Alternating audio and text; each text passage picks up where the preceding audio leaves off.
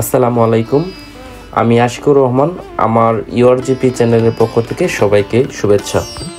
আজকে আমার ভিডিওতে শেয়ার করব জাপানিজ বিয়ে সম্পর্কে এবং যে জায়গায় বিয়ে হয়েছে সেই জায়গা কোম্পানির একটা ট্যুরে সেদিন গিয়েছিলাম নাগানো কেনের খারুইজাওয়া। সেখানে সন্ধ্যায় ঘুরতে বের হলাম। তখনই চোখের সামনে পড়লো একটা বিয়ের অনুষ্ঠান। সরাসরি অনুষ্ঠান দেখা শুরু করলাম।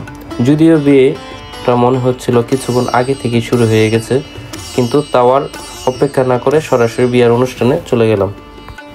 এখন জাপানিজ বিয়ে নিয়ে কিছু বলি। জাপানিজ বিয়ে, এটা জাপানিজ ভাষায় বলা হয় নিহন কোনিনশিকি। জাপানে সাধারণত দুই প্রথায় বিয়ে অনুষ্ঠান হয়। একটা হচ্ছে সিন্ধু স্টাইলে বিয়ে বা ঐতিহ্যবাহী বিয়ে, আরেকটি হচ্ছে আধুনিক ওয়েস্টার্ন স্টাইল। সিন্ধু স্টাইল বিয়ে সাধারণত অনেক আগে ঐতিহ্যবাহী বিয়ে অনুষ্ঠানে দেখা যেত। সেখানে কনে সাদা কিমোনো পরতো। এটা নতুন জীবন এবং পবিত্রতার প্রতীক হিসেবে বিবেচনা করা হতো। আর বরে পরতো কালো কিমোনো। বিয়েতে একটা আচার বর এবং কনে 3টা কাপ থেকে 3বার সাকি পান করে সেই আচারের নাম হলো সান সান কোদো। এটি নবদম্পতির একত্রতার প্রতীক হিসেবে ব্যবহার করা হয়। তারপরে তারা মন্দিরে দেবতার আশীর্বাদ নেওয়ার জন্য চলে যায় মন্দিরে। এবং সিন্ধু স্টাইল বিয়েতে সাধারণত পরিবার এবং ঘনিষ্ঠ আত্মীয় স্বজনেরা উপস্থিত থাকেন। এখন কথা বলি আধুনিক ওয়েস্টার্ন স্টাইল বিয়ে নিয়ে। এই ধরনের বিয়েতে কনে সাদা গাউন পরে এবং বর স্যুট পরে, তার পছন্দ অনুযায়ী রং থাকে সেই স্যুটে। খ্রিস্টান ধর্মের রীতি অনুসারে বিয়ে হয়, তবে বেশিরভাগ জাপানিজ খ্রিস্টান নয়। বেশিরভাগ জাপানিজ কোনো ধর্মই বিশ্বাস করে না। এই ধরনের বিয়েগুলো বড় হোটেল বা ভেন্যুতে রিসেপশন পার্টি হয়। উপস্থিত থাকেন বন্ধু বান্ধব এবং সহকর্মী ও আত্মীয় স্বজনেরা। জাপানি বিয়েতে রিসেপশনকে বলা হয় হিরো এন। অতিথিরা গুসুকি নামে অর্থ প্রদান করেন, যেটা উপহার হিসেবে আমরা বিবেচিত করি। এই একটি খামে করে দেওয়া হয়।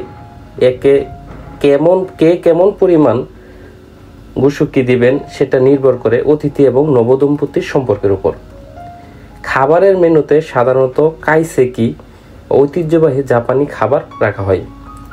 পরিবার এবং বন্ধুরা নবদম্পতির জন্য বক্তৃতা দিয়ে থাকেন এবং তাদের ভবিষ্যৎ জীবনের জন্য শুভকামনা জানায়। অনেক বিয়েতে কেক কাটার রীতিও রয়েছে। জাপানি বিয়ের কিছু গুরুত্বপূর্ণ বিষয় এখন আপনাদের মধ্যে শেয়ার করি। এজেন্সি বা প্ল্যানার। জাপানে বেশিরভাগ বিয়ে বিশেষ প্ল্যানার বা কোম্পানির মাধ্যমে আয়োজন করা হয়।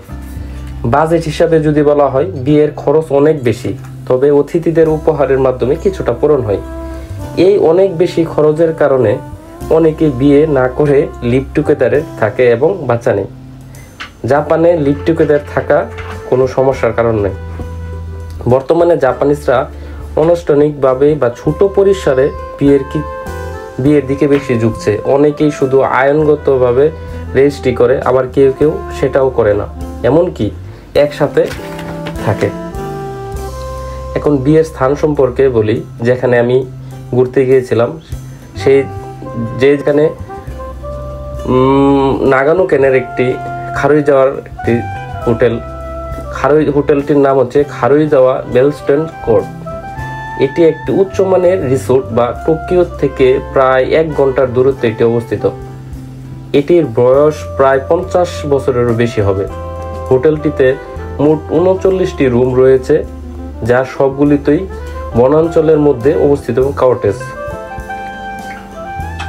সাদা মার্বেলের মেঝে এবং ভিতরের ডিজাইন উজ্জ্বল সাদা। বিশেষ করে নবদম্পতির জন্য রয়েছে কিং সাইজের ডাবল বেড। আরও রয়েছে টেরেস ভিলা, স্ট্যান্ডার্ড কটেজ। একটি ছোট রেস্টুরেন্ট রয়েছে সেই রিসোর্টের মধ্যে, যার মধ্যে 9টি টেবিল এবং 24টি আসন রয়েছে। মজার ব্যাপার হলেও সত্যি, সেই রেস্টুরেন্টে বিয়ের অনুষ্ঠানে জাপানিজ হলেও তাদেরকে খাবার হিসেবে পরিবেশন করা হয় ফরাসি খাবার। আমার এই জায়গাটি ঘুরে অনেক ভালো লেগেছে। যারা ভ্রমণ প্রিয় তারা একবার হলেও ঘুরে যেতে পারেন এই জায়গাটিতে। সন্ধ্যায় আসলে বেশি ভালো লাগবে। আপনাদের যদি এ ধরনের ভিডিও ভালো লাগে আমার ফেসবুক পেজ ফলো করুন এবং আমার ইউটিউব চ্যানেল URJP সাবস্ক্রাইব করুন। কমেন্টে জানান জাপানের আর কোন জায়গা নিয়ে, কোন বিষয় নিয়ে জানতে চান। ধন্যবাদ সবাইকে এতক্ষণ সাথে থাকার জন্য। আল্লাহ হাফেজ।